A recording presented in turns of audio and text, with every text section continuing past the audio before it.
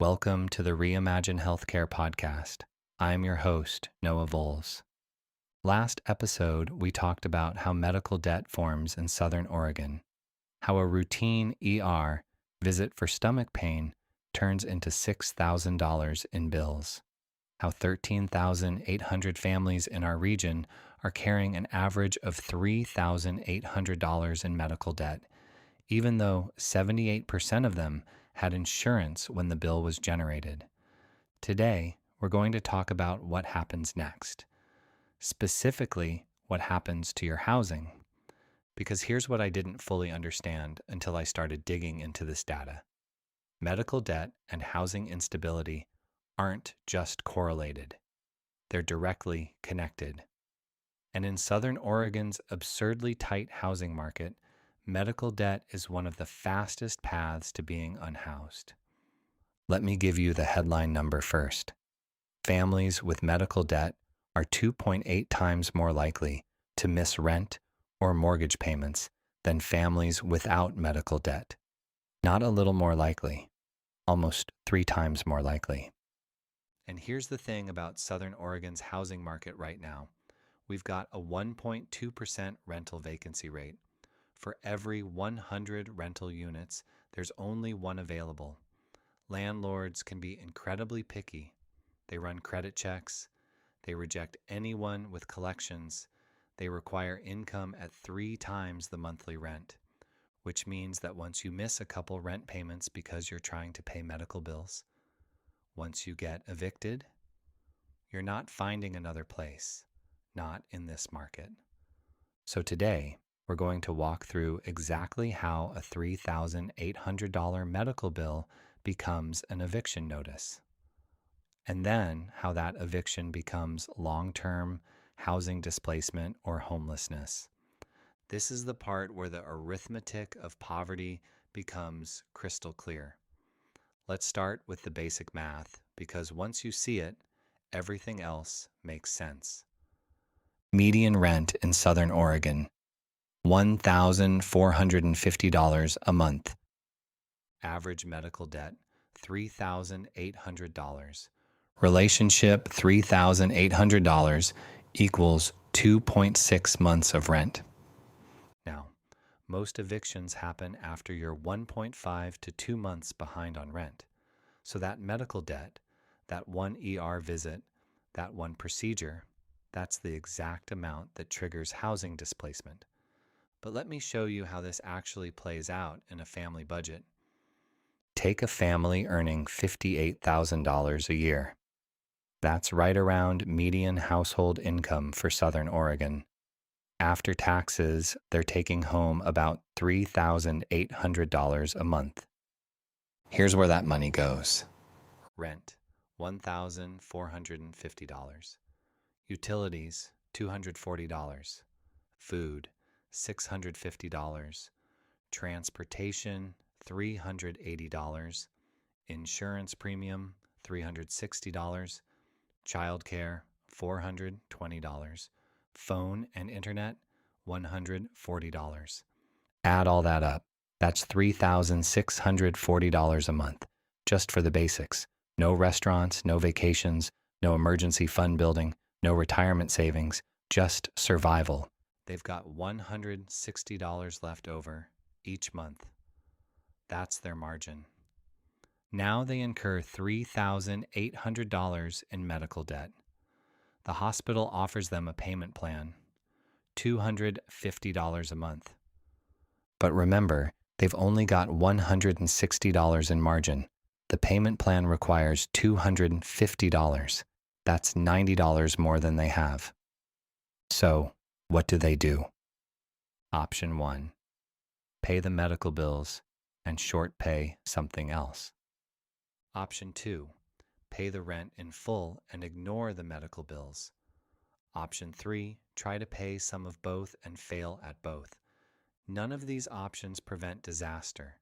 They all lead to the same place, either eviction for non-payment of rent or collections and credit destruction from the medical debt, which leads to lease non-renewal, which leads to eviction anyway.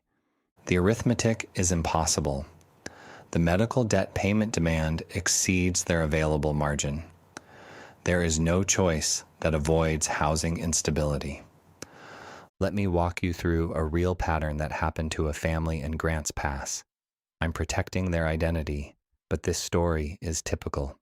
I've seen variations of it dozens of times. Two parents, ages 36 and 38. Two kids, ages 6 and 9. Combined income, $58,000. One's a teacher, one's a retail manager. They rent a 3-bedroom house for $1,450 a month. They're stable, paying bills on time, building a small amount of savings, doing okay. February. The father experiences chest pain, scary symptoms. He goes to the ER. Turns out it's an anxiety attack, not cardiac. That's good news clinically, but the bills come anyway. ER visit, $2,800. Cardiologist consult, $620. Cardiac enzyme tests, $480. Total, $3,900. March through April, they try to manage. They use their $1,200 in emergency savings to make a payment on the medical bills.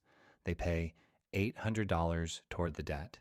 They still owe $3,100. May. The remaining medical bills go to collections.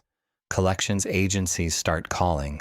The family panics and uses money they'd set aside for rent to make a collections payment. They miss May rent. June. The landlord issues a 3-day pay or quit notice. They owe June rent, plus the late May rent, plus late fees. Total, $3,080. They don't have it. They already spent their savings on the medical bills. The landlord files for eviction. July, eviction court hearing. The judgment, they must vacate within 7 days. Emergency housing search begins. They apply to 8 different rental properties. All 8 reject them. Eviction on their record. Credit score dropped from 682 to 615 because of the medical collections. August. They're temporarily staying with the mom's sister's family. 7 people in a 3-bedroom house. Overcrowded, tense. The father misses 4 days of work, dealing with the housing crisis and stress. The mother exhausts all her paid time off looking for housing. The kids are out of their school district. Transportation to school becomes complicated. Nobody's sleeping well. September. Finally, they secure housing. An older mobile home. $1,650 a month. That's $200 more than they were paying before. It's in worse condition, in a worse neighborhood, farther from both of their jobs. It's the only landlord who would approve them with the eviction and the damaged credit. The kids are changing schools mid-year. Mid-year school changes are brutal. New teachers, new classmates, disrupted curriculum. October through December. They're still carrying $2,900 in medical debt. They're paying $200 more per month in rent than before. The father's credit is destroyed. He's developed clinical depression from the stress, but he won't seek treatment. Why? Fear of more medical bills. Their marriage is under severe strain. The kids are having behavior issues at the new school. Long-term, years 2 and 3. Those higher housing costs, $200 a month. That's $2,400 a year, every year. They can't save for a security deposit to move somewhere better. They're stuck in the more expensive, lower quality housing. The kids have fallen behind academically. The school transition was rough. The father's untreated depression is affecting his work performance. Eventually, he gets laid off, which triggers another crisis, more financial stress, more healthcare avoidance. Eventually, another emergency, more debt. It's a downward spiral. and it started with $3,900 in medical debt from chest pain that turned out to be nothing serious. Let me add this up for you. Total cost of that $3,900 medical debt over 3 years. Additional housing costs, $7,200. Extra rent. Lost wages from missed work, $3,200. Therapy costs for the kids' school issues, $1,800. Father's eventual ER visit from depression, $2,600. Collections fees and interest on the debt, $840. Total, $15,640. The original debt was $3,900. The actual cost was $15,640, 4 times the original amount. Plus all the unmeasured costs, the kids' educational setback, the marriage strain, the social network disruption, the community instability, the lost productivity at work. This is how $3,900 in medical debt destabilizes an entire family for years. And this pattern, it's happening to 800 to 1,100 Southern Oregon families every single year. Let me give you the regional numbers, because this isn't just one family. This is a pattern. In 2024, Jackson County had 1,840 eviction filings. Of those, 331, that's 18%, involved households with medical debt. Median medical debt in those eviction cases, $4,200. Median rent arrears at the time of filing, $2,900. That's about 2 months of rent. Here's the timeline pattern. Month 0, medical debt incurred. Month 2.4, first missed rent payment on average. Month 5.6, eviction filed. Average time from first missed rent to filing is 3.2 months. So from medical debt to eviction filing, about 5 to 6 months. And once that eviction is filed, here's what happens. 42% of families displaced by medical debt-related evictions become temporarily homeless. They're sleeping in cars, staying in shelters, couch surfing with friends and family.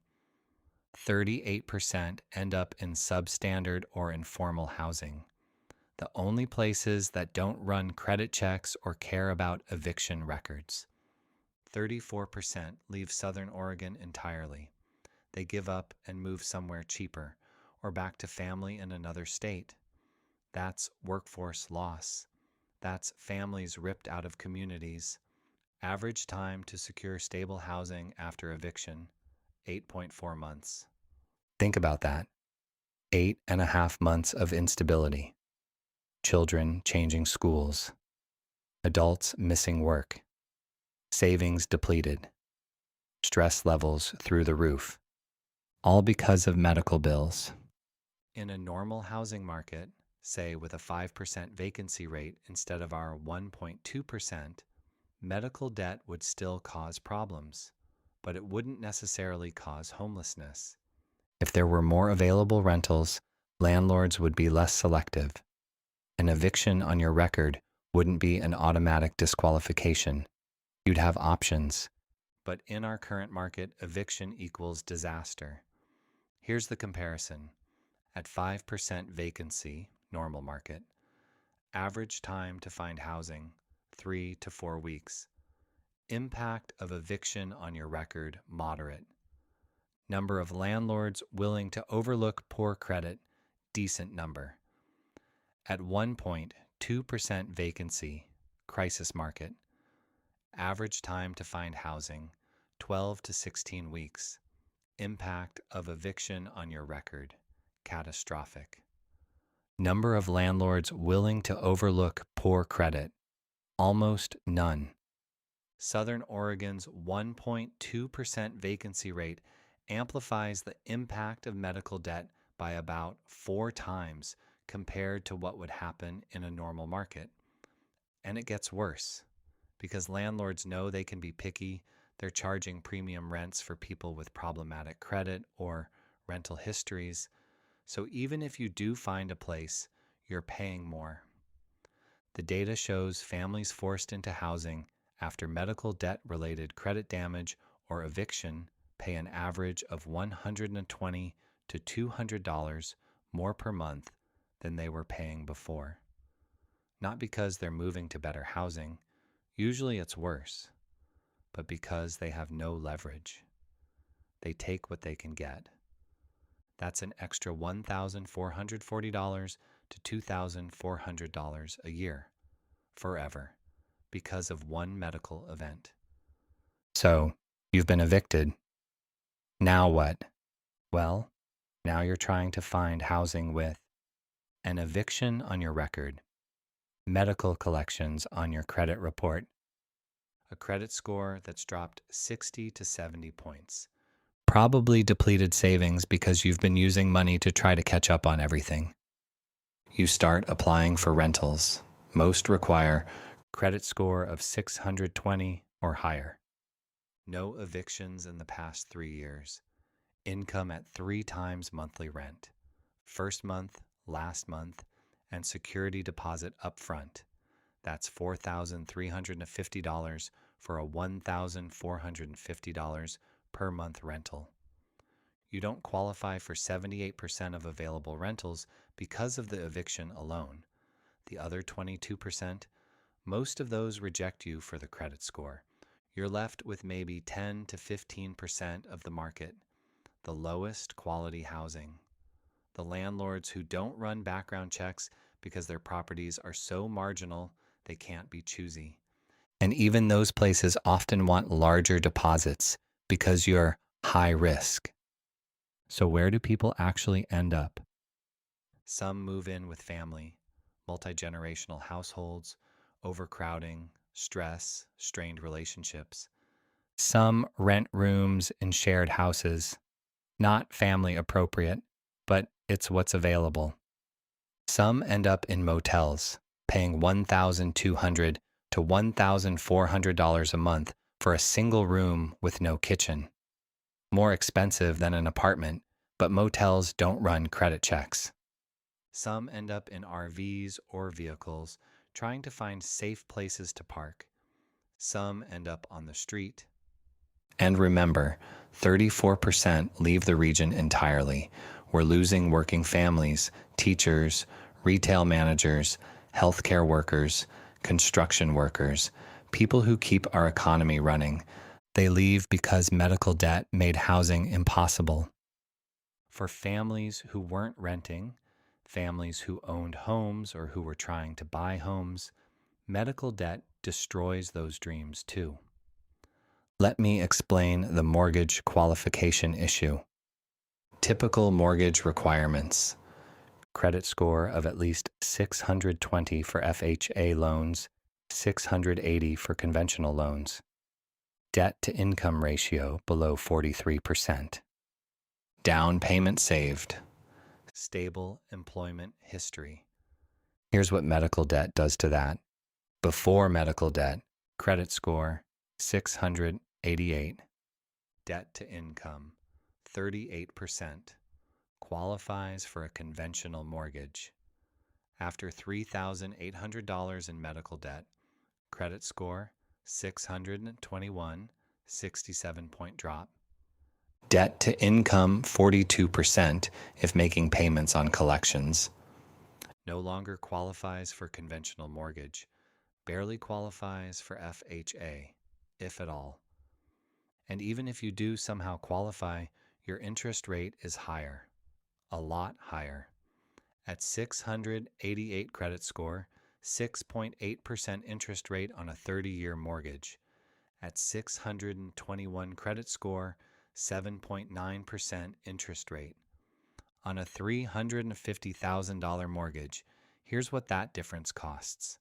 At 6.8%, monthly payment of $2,291, total interest of $474,760 over 30 years. At 7.9%, monthly payment of $2,569, total interest of $574,840 over 30 years. That's an extra $278 a month, an extra $100,080 in interest over the life of the loan, and that assumes you can even get approved. Many lenders won't approve anyone below 640, especially with collections visible on the credit report. I estimate between 2,400 and 3,200 Southern Oregon families have been prevented from buying homes specifically because of medical debt damaging their credit. And home ownership is the primary wealth building tool for middle class families. It's how you build equity. It's how you create intergenerational wealth. It's how you stabilize your life. Medical debt cuts off that path. Think about this. Average home appreciation in Southern Oregon has been about 4.2% a year. Median home price is $420,000. A family who can't buy because of medical debt loses out on approximately $17,640 in appreciation per year. Over 10 years, that's $176,400 in lost household wealth. And they can't pass that wealth on to their kids. The intergenerational wealth gap just got $176,400 wider. Multiply that by 2,800 families. That's $494 million in lost household wealth over 10 years for this region, just from medical debt preventing homeownership. $500 million in wealth that could have stayed in Southern Oregon, circulating in the local economy, building generational stability, gone. I want to come back to this idea of impossible choices because I think it's important to understand that families in this situation aren't making bad choices. They're facing choices where every option leads to disaster. The medical debt arrives. You've got $160 a month in margin. The payment plan requires $250 a month. Choice 1. Pay the medical bills in full. Consequence. Use all your savings and go into additional debt. Now you can't pay rent. Eviction follows. Choice 2. Prioritize rent. Ignore medical bills. Consequence. Medical debt goes to collections immediately. Credit destroyed. Lease renewal denied. Landlord runs credit annually. Forced to move. Can't find new housing. Credit too damaged. Eviction or displacement follows anyway. Choice 3. Try to pay some of both. Consequence, you're not paying enough for either. Hospital sends you to collections for breaking the payment plan. You fall behind on rent trying to catch up on medical bills. Both things happen. Eviction and credit destruction. Choice 4, stop paying other bills to free up money. Consequence, credit card defaults, car repossession, utility shutoffs, multiple crises compounding. There is no good choice. Every path leads to housing instability. The question isn't whether you'll be displaced, it's just how long it takes and how much additional damage occurs along the way. This is what I mean when I say, this is a system failure, not a personal failure. When all the options are bad, the problem isn't the choices people make. The problem is the system that creates impossible choices. Let me zoom out for a second and talk about what this means for Southern Oregon as a region. 900 families displaced annually due to medical debt-related housing instability. Each family contributes an average of $94,000 in regional economic activity per year, spending on groceries, restaurants, services, retail, housing, everything. When they leave or become unstably housed, that economic activity drops dramatically or disappears entirely. Lost economic activity, approximately $84.6 million per year, plus the cost to the community, increased demand on emergency shelters, increased use of emergency departments, unstable housing makes people sicker, children changing schools, costs school districts money, disrupts classrooms, lost tax revenue, people leaving the region, economic activity declining. And let's talk about workforce impact. When 34% of displaced families leave the region, we're losing workers. Teachers, healthcare workers, construction workers, retail workers, service industry workers. Employers are having trouble hiring already. This makes it worse, and it creates a vicious cycle. Employers can't fill positions, businesses struggle, the economy weakens, housing affordability gets worse, more people leave. Medical debt isn't just a personal crisis, it's a regional economic crisis. So we've seen how medical debt forms. We've seen how it leads to housing displacement. Next episode, we're going to talk about credit scores. Because that 67-point credit score drop I keep mentioning, it doesn't just affect housing, it affects everything. Car loans, credit cards, insurance premiums, employment, the ability to rent, to borrow, to build wealth, to exist in the modern economy. And the damage lasts 5 to 7 years, even after the debt is paid. So next time, we're going to walk through the complete credit cascade, how one medical event affects every single financial transaction you make for the next 7 years, how a $3,800 medical bill becomes a $40,000 to $50,000 problem when you add up all the extra interest, higher insurance premiums, lost opportunities, and destroyed wealth-building capacity. Because if the housing story made you angry, the credit story is going to make you livid. I know this was hard to listen to. The Grants Pass family story is hard. The eviction numbers are hard. The impossible choices are hard. But I need you to see this clearly, because the solutions become obvious once you understand the mechanisms, and we will get to solutions. I promise. But first, we need to understand what medical debt destroys. We've covered housing.